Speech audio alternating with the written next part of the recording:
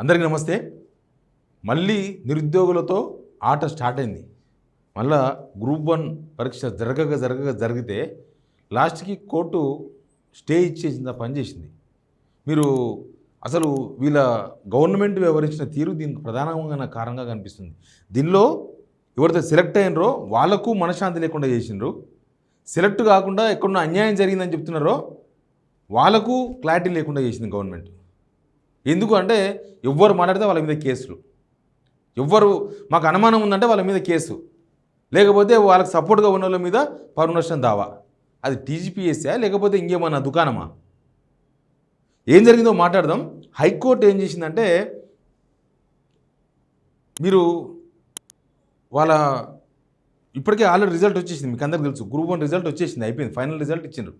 Final result 1:1, 563 పోస్టులకు 563 మందిని పిలిచిండ్రు. పిలిచి ఇప్పుడు వెరిఫికేషన్ అంటారు. ఏం వెరిఫికేషన్? Certificate verification. ఒకవేళ సర్టిఫికేట్ వెరిఫికేషన్లో ఎవరైనా తగ్గిరనుకో అప్పుడు మళ్ళీ పిలుస్తారా? కనీసం 1:2 అన్న పిలవాలి కదా. 1:2 అన్న పిలిస్తే తగ్గిన వాళ్ళు తగ్గుతారు, దానిలో హై ప్రియారిటీ ఉన్న వాళ్ళు సెలెక్ట్ అవుతారు. కానీ 1:1 పిలిచిండ్రు. ఎందుకు పిలిచిండ్రో తెలియదు. అంతా ఏదో గ్యాంబ్లింగ్ జరిగింది, దీనిలో అమ్ముకున్నారు, సీట్లు అమ్ముకున్నారు, దీనిలో చాలా క్లియర్గా కనిపిస్తుంది. ఇట్లాంటి చాలా ఆరోపణలు, విమర్శలు మొత్తం దీని చుట్టూ చేరినాయి. దానికి ప్రభుత్వమే కారణం, టీజీపీఎస్సీ వ్యవహరించిన తీరే కారణం. కొన్ని అనుమానాలు మాత్రం నేను చెప్తా, తర్వాత ఏం చేసిందో మనం మాట్లాడుకుందాం. కొన్ని ఏం చేద్దామంటే, 2 సెంటర్లు గ్రూప్ 1 మెయిన్స్ జరిగిన 2 సెంటర్లలో 71 మంది సెలెక్ట్ అయ్యారు. ఇది ఫస్ట్ అందరికి వచ్చిన అనుమానం. ఈ అనుమానాలు చాలామంది అభ్యర్థులకు ఉన్నాయి. కానీ పాపం వాళ్ళు రండి మాట్లాడుతురు అంటే భయపడుతున్నారు. ఏంటంటే కేసులు పెడతారన్నా. నేను చాలామందికి ఫోన్ చేసి రమ్మని చెప్పిన, నాకు ఫోన్ చేసిన ప్రతి ఒక్కరిని రమ్మని చెప్పిన, రండి మీ డౌట్స్ ఉంటే మీరు అడగండి, గవర్నమెంట్ని అడగండి, టీజీపీఎస్ని అడగండి. అంటే అన్న వద్దన్న కేసులు అవుతాయి, మళ్ళీ రేపు నాడు వేరే ఎగ్జామ్స్ రాయాలి, ఏదో ఒక ఉద్యోగం చేసుకోవాలి కదా. మేము భయపడిపించింది, భయభ్రాంతి గురి చేసింది గవర్నమెంట్. ప్రజాపాలనలో ఇది ఒక భాగం. ఎవరు మాట్లాడతారు ఇందులో కేసులు పెట్టుడు. ఏంది 12% వీళ్ళు ఇచ్చిన మొత్తం పోస్టుల్లో 71 మందికి 2 సెంటర్లలో పరీక్ష రాసిన వాళ్ళు సెలెక్ట్ అయినరు. దానిలో 12% వాళ్ళు. తర్వాత 21,075 మంది ఎగ్జామ్ రాసిన రోజు టీజీపీఎస్సీ ఒక ఫిగర్ ఇస్తే కొన్ని రోజుల గ్యాప్లో 10 మందిని పెంచారు. 21,085 మంది అని చెప్పారు. 10 మంది పెరిగినారు. ఎక్కడనో తేడా ఒకరిద్దరు వస్తే ఓకే, కానీ ఒకేసారి 10 మంది తేడా ఎట్లా వచ్చినారో తెలియదు. దానికి టీజీపీఎస్సీ చెప్పదు ఆన్సర్. ఉర్దూ మీడియం, ఉర్దూ భాష ఎగ్జామ్ రాసిన 9 మంది అని చెప్పి 10 మందికి తీసుకుపోయినారు. ఒకరు పెరిగినరు. ఎట్లా పెరిగినరు? ఆ ఒక్కరు కూడా ర్యాంకులో ఉన్నారు. ఎట్లా వచ్చింది చెప్పరు. తర్వాత ఒక అభ్యర్థి 482 మార్కులు వచ్చినాయని రికౌంటింగ్ పెడితే 60 మార్కులు తగ్గి 422 వచ్చినాయి. అంటే ఫస్ట్ చేసింది తప్పని ఒప్పుకుంటుందా టీజీపీఎస్సీ? వీళ్ళ కరెక్షన్ అయితే తప్పని కదా అనుమానం ఇక్కడ రాలే. అనుమానం బలపడేటట్లు ఎవరైనా కరెక్షన్ పెడితే ఏమవుతుంది, రీకరెక్షన్ పెడితే అవసరమైతే ఒక 2 మార్కులు పెరుగుతాయి, లేకపోతే అంతే ఉంటాయి. కానీ ఒకటేసారి 60 మార్కులు తగ్గినాయి. ఎట్లా తగ్గుతాయి? ఎట్లా సాధ్యం? ఇది ఎక్కడన్నా సాధ్యమా ఇది? కానీ తగ్గినాయి, 60 మార్కులు డౌన్ అయినాయి. ఇంకా దీన్ని బట్టి చూస్తేనే వీళ్ళ వాల్యుయేషన్ ఎట్లా ఉంది, ఎట్లా దిద్దిరు పేపర్లు అనేది అర్థమవుతుంది. రిటైర్మెంట్ ఎంప్లాయీస్తోన దిద్దిరంట. దానికి ఏముంటుంది టీజీపీఎస్సీ అంటే, రిటైర్మెంట్లతో చేయొద్దని ఎక్కడ రూల్ ఉందా అని మాట్లాడతారు వీళ్ళు. రిటైర్మెంట్లతో చేసిరంట. కోర్టుకు పోయిన 20 మంది. కోర్టుకు పోతే వీళ్ళకున్న ధీమా ఏంటంటే, గ్రూప్ 1 రాసే వాళ్ళు చాలామంది ప్రభుత్వ ఉద్యోగులు ఉంటారు. ఎందుకు రాస్తారంటే ఏదో చిన్న ఉద్యోగం చేస్తూ ఉంటారు గవర్నమెంట్లో. గ్రూప్ 1 స్థాయికి ఎదగాలనే వాళ్ళు చదువుకొని రాస్తారు. లెక్చరర్స్ కావచ్చు, రకరకాల ఉద్యోగాలు చేసేవాళ్ళు. వాళ్ళు ఎవరు కోర్టులకు పోలేరు, గవర్నమెంట్ ఉద్యోగులు కాబట్టి అవసరమైతే వాళ్ళను టార్గెట్ చేయొచ్చు, అవసరమైతే వాళ్ళను బ్లాక్మెయిల్ చేయొచ్చు అనే ఉద్దేశంతోన ఈ గ్రూప్ 1లో ఇన్ని అవకతవకలు జరిగినాయి అనేది అనుమానాలు. నేను ఇంకొకటి చూపిస్తాను, అది కూడా చూడండి మీరు. ఇట్లాంటివి చాలా ఉన్నాయి పేపర్లు. నేను 2 పేపర్లు మాత్రం పట్టుకొచ్చిన. 654 candidates who sat next to each other got same marks not more than 0.005% of the total score. Hall ticket number చూడండి 470. నేను జూమ్ చేసి చూపిస్తా చూడండి. 470 అనే ఒక హాల్ టికెట్ నెంబర్కు 253 వచ్చినాయి. అదే సిరీస్లో 471కు 253. తర్వాత 306కు 373.5, అదే 307కు 373 అంటే వరుస 2 సీక్వెన్స్ నెంబర్స్ ఉంటాయి కదా, వరుస ఇద్దరికి సేమ్ మార్కులు మొత్తం అట్లే దగ్గర 654 మందికి వచ్చినాయి. అట్లా మొత్తం హాల్ టికెట్ నెంబర్స్తో సహా ఉన్నాయి చూడండి. 329 hall ticket number last series 408 మార్కులు వచ్చినాయి. అదే 330కి మళ్ళీ 408 వచ్చినాయి. 214 సిరీస్ నెంబర్ లాస్ట్లో 402.5 నెక్స్ట్ నెంబర్.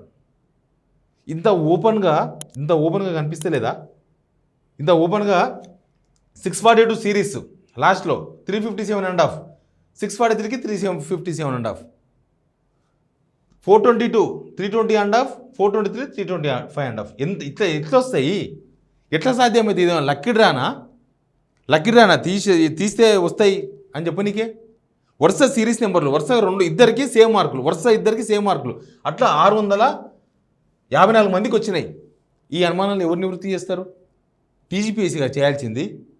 కోర్టుకు పోయే అవకాశం కల్పించింది ఎవరు? టీజీపీఎస్సీ కదా, గవర్నమెంట్ కదా. కోర్టుకు పోయే అవకాశం ఎవరిచ్చిర్రు? నిరుద్యోగులు ఆడికి పోయి వినతి పత్రాలు ఇస్తే ఎవరు పట్టించుకునే దిక్కు లేదు టీజీపీఎస్సీలో. వాళ్ళు కొన్ని రోజులకి వెళ్ళి వాళ్ళ మీద కేసులు అవుతాయని భయపడి నిరుద్యోగులు ఆ పార్టీ లీడర్లు ఈ పార్టీ లీడర్ దగ్గర పోయినారు. బీఆర్ఎస్ లీడర్ రాకేష్ రెడ్డి దగ్గర పోయినారు. రాకేష్ రెడ్డి ప్రెస్ మీట్ పెట్టి ఇవే అనుమానాలు వ్యక్తం చేసిండు. రాకేష్ రెడ్డి మీద పరునష్టం దావా, నువ్వు క్షమాపణ చెప్పాలి, బహిరంగ క్షమాపణ, లేకపోతే అది అని. వరంగల్లో రాకేష్ రెడ్డి పైన అశోక్ సార్ లేడు, ఇన్స్టిట్యూట్ నడుపుతారు. అశోక్ సార్ మీద కూడా ఇవే అనుమానాలు వ్యక్తం చేసిండ్రు. అసలు ఎట్లయితుంది? ఎట్లా సాధ్యమవుతుంది? అసలు ఎట్లా 2 సెంటర్ల వాళ్ళకి ఎట్లా 71 ర్యాంకులు వచ్చినాయి? ఎట్లా సాధ్యం? ఎందుకంటే ఇక్కడ లక్షల పోస్టులు లేవు కదా, 563 పోస్టులు, చాలా లిమిటెడ్ పోస్టులు. అవి ఉండేవి అట్లే ఉంటాయి. మరి అట్లాంటప్పుడు ఎంత జాగ్రత్తగా డీల్ చేయాలి గవర్నమెంట్? కేసులు పెట్టించి బెదిరించి నోర్లు మూపిస్తే అయిపోతుందా? అశోక్ సార్ మీద ఒక కేసు పెట్టినరు, ఆయన మూర్చుకొని కూర్చుంటాడా? ఆయన మళ్ళీ ఓపెన్గా చెప్తాడు కదా, చెప్పిండు కదా ఓపెన్గా, మన స్టూడియో కూడా వచ్చిండు. దీనిలో 1000 కోట్ల స్కామ్ జరిగింది, మొత్తం సీట్లు అమ్ముకున్నారని చెప్పేసి అశోక్ సార్ ఆరోపణ చేసిండ్రు. ఇప్పటిదాకా సమాధానం లేదు టీజీపీఎస్సీ నుంచి. అసలు వీళ్ళకి కాదు, స్టేక్ హోల్డర్స్ కదా దీనిలో. ఎగ్జామ్ రాసిన ప్రతి ఒక్కరు స్టేక్ హోల్డరే. పాస్ అయినా ఫెయిల్ అయినా అందరూ స్టేక్ హోల్డర్సే. వాళ్ళ అనుమానాలను నివృత్తి చేయాలి కదా. ఇక వాళ్ళకు సమాధానం చెప్పక వాళ్ళ మీద కూడా మేము కేసులు పెడతామని బెదిరిస్తే, అశోక్ సార్ మీద కేసు పెట్టింది ఈ నిరుద్యోగులను బెదిరించనికనే. నిరుద్యోగులను బెదిరిస్తే ఇంకెవరు మాట్లాడొద్దు, ఎవరు అనుమానం వ్యక్తం చేయొద్దు, మా ఇష్టం. ఇప్పుడు ఏమైంది? వెరిఫికేషన్ చేసుకోమన్నారు, ఉద్యోగ నియామక పత్రాలు ఇవ్వద్దని చెప్పింది. మళ్ళీ హైకోర్టులో విచారిస్తాం, ఆ తర్వాత ఇద్దరని చెప్పింది. ఇక ఈ అనుమానాలన్నిటికీ వాళ్ళు నిన్న కోర్టులో విచిత్రమైన ఆన్సర్లు చెప్పింది తెలుసా? విచిత్రమైన ఆన్సర్లు. ఎంత విచిత్రమైన ఆన్సర్లు అంటే కనీసం కోర్టును కూడా సంతృప్తి పరచుదామనే ప్రయత్నం చేయలే. ఏంది?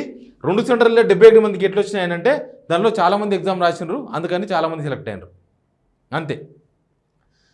ఇది ఎట్లా వచ్చింది? 10 మంది ఎట్లా పెరిగినారు అని అంటే, ఫస్ట్లో తక్కువ వస్తారు, మేము చెప్పినాం ముందే, కొద్దిగా సర్దుబాటు ఉంటుందని చెప్పినాం, సర్దుబాటు అయింది, 10 మంది పెరిగినారు. సర్దుబాటు అయితే ఒకరిద్దరు పెరుగుతారు. ఉర్దూలో 9 మంది ఏంటంటే అది కూడా సర్దుబాటు అయిందని చెప్తారు. తర్వాత ఈ రికౌంటింగ్ ఎట్లా అయిందనంటే అది తప్పు అంటారు. అర్థం పడతాం లేని వాదనలు కోట్ల టీజీపీఎస్సీ. ఈయనెవరు? కాంగ్రెస్ మాజీ ఎమ్మెల్సీ రాములు నాయక్ వాళ్ళ కోడలకు ఫస్ట్ ర్యాంకు సెకండ్ ర్యాంకు వచ్చిందని నేను మొన్న ప్రెస్ మీట్ వెళ్ళి మాట్లాడినారు. ఎవరు? పాడి కౌశిక్ రెడ్డి మాట్లాడారు. దాని మీద టీజీపీఎస్సీ ఇప్పటిదాకా స్పందించలే. ఒక సెన్సిటివ్ కదా, ఇక్కడ నిరుద్యోగుల ఇష్యూ చాలా సెన్సిటివ్ ఇష్యూ.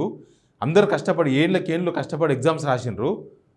చాలామందికి అన్నిట్లలో మంచి 90% మార్క్స్ వస్తాయి, మంచి మార్కులు వస్తాయి. ఒక్క సబ్జెక్ట్లో మాత్రం 20, 7, 5 వస్తాయి.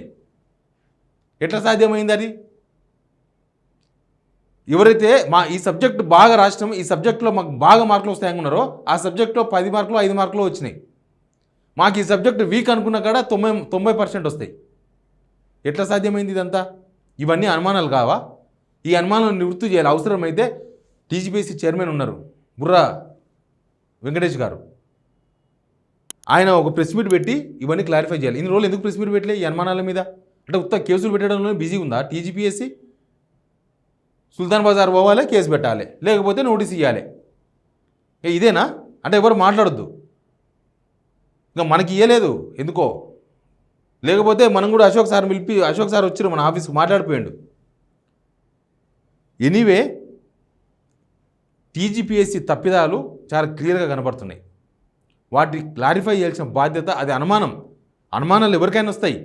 అనుమానాలను నివృత్తి చేయాల్సిన బాధ్యత టీజీపీఎస్సీ మీద ఉంటుంది. కేసులు పెట్టినంత మాత్రాన అనుమానాలు నివృత్తి కావు. మీరు ఖచ్చితంగా ఆన్సర్ చెప్పాలి. మీరు ఆన్సర్ చెప్పింటే ఈరోజు కోర్టుకు పోయేవాళ్ళు కాదు. కనీసం మీరు సెలెక్ట్ చేసిన వీళ్ళు సంతృప్తిగా ఉండేవాళ్ళు. వాళ్ళు సంతృప్తి లేరు, మీ వల్ల ఎవరు సంతృప్తి లేరు. ఎనీవే, నిరుద్యోగుల విషయంలో టీజీపీఎస్సీ డొల్లతనం మళ్ళీ బయటపడ్డది. ఇప్పుడు హైకోర్టులో ఏం తేలుతుందో సరే, తర్వాత ఏదో ఒకటి తేలుతుంది. హైకోర్టులో ఏం తేలినా ఏం తెలియకపోయినా స్టేక్ హోల్డర్స్, నిరుద్యోగులు ఎవరైతే ఎగ్జామ్ రాసినారో ఆ ఎగ్జామ్ రాసిన వాళ్ళకు సంతృప్తి పరచాల్సిన బాధ్యత టీజీపీఎస్సీ మీద ఉంది. లేకపోతే ఈ 563 మీరు ఎవరైతే సెలెక్ట్ చేసినారో వాళ్ళు సంతృప్తికరంగా లేరు. ఎగ్జామ్ పోయిందిరా అనే వాళ్ళు సంతృప్తికరంగా లేరు. కరెక్టే, నేను పోతా అనుకున్నా పోయినా అంటలేరు. నాకు రావాల్సిన సీట్ ఎందుకు రాలేదంటున్నారు. ప్లస్ మళ్ళీ కొత్త ట్విస్ట్ ఒకటి పెట్టిండ్రు. ఇప్పటిదాకా తెలంగాణ శాఖ ఇంటర్వ్యూస్ లేవు. ఇంటర్వ్యూ సెషన్ పెడతారంట. మళ్ళీ ఇప్పుడు ఇంటర్వ్యూ సెషన్ పెట్టిరంటేనే దానిలో అవకతవకలకు తెరలేస్తుంది. ఇంటర్వ్యూ సెషన్ ఏదో పేపర్లో చూసిన ఇంటర్వ్యూ సెషన్ కూడా పెట్టబోతున్నారని. ఉమ్మడి ఆంధ్రప్రదేశ్లో ఉండే మనోళ్ళు సబ్జెక్ట్ బాగా రాసి పాస్ అవుతారు. ఇంటర్వ్యూ సెషన్ పోగానే మార్కులు ఎవరికి వేయాలో వాళ్ళకే వేస్తారు. ఇంటర్వ్యూ సెషన్ అనేది వాళ్ళే వేయాల్సిందే కదా. ఆడ ఉన్న ఎవరు ఇంటర్వ్యూ చేసిన వాళ్ళు వేస్తారు. ఎవరికి వెళ్ళినా వారికి మార్కులు వేస్తారు. మన వాళ్ళు ఇంటికి వస్తారు. తెలంగాణలోకి జాబ్స్ రాలే సమైక్యాంధ్రాల ఈ ఇంటర్వ్యూ సెషన్ ద్వారా. అందుకనే తెలంగాణ వచ్చిన తర్వాత ఇంటర్వ్యూ సెషన్ ఎత్తేసారు. ఇంటర్వ్యూ టీంలో 5-6 మంది ఉంటారు. వాళ్ళ మీద ఆధారపడి ఉంటుంది వాళ్ళ భవిష్యత్తు.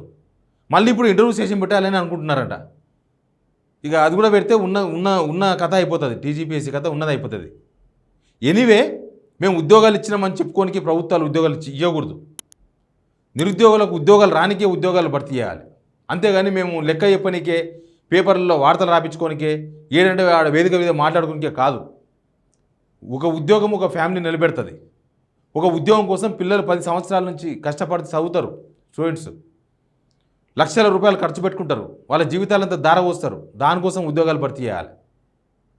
కానీ ఇప్పుడు ఈ గ్రూప్ 1 రిజల్ట్ వచ్చిన తర్వాత అయితే చాలు, స్పీడు అసలు ఆగుతలేరు. అంత తొందరపడి రిజల్ట్ కూడా ఇవ్వాల్సిన అవసరం లేదు. కానీ తొందరపడి ఇచ్చేసినారు టక్కున. ఏదో ఉన్నది దీనిలో, ఏదో గూడుపుట అని ఉంది అనేది అందరికీ ఉన్న అనుమానం. ఈ గూడుపుట అనేదో కోర్టు తేలుతుందో తెలియదో కానీ టీజీపీఎస్సీ ఇప్పటికైనా చాలా బాధ్యతగా స్టేక్ హోల్డర్స్, పిల్లలకి, నిరుద్యోగులకి, అభ్యర్థులకి సమాధానం చెప్పాల్సిన అవసరం అయితే ఉంది. Please subscribe signal TV.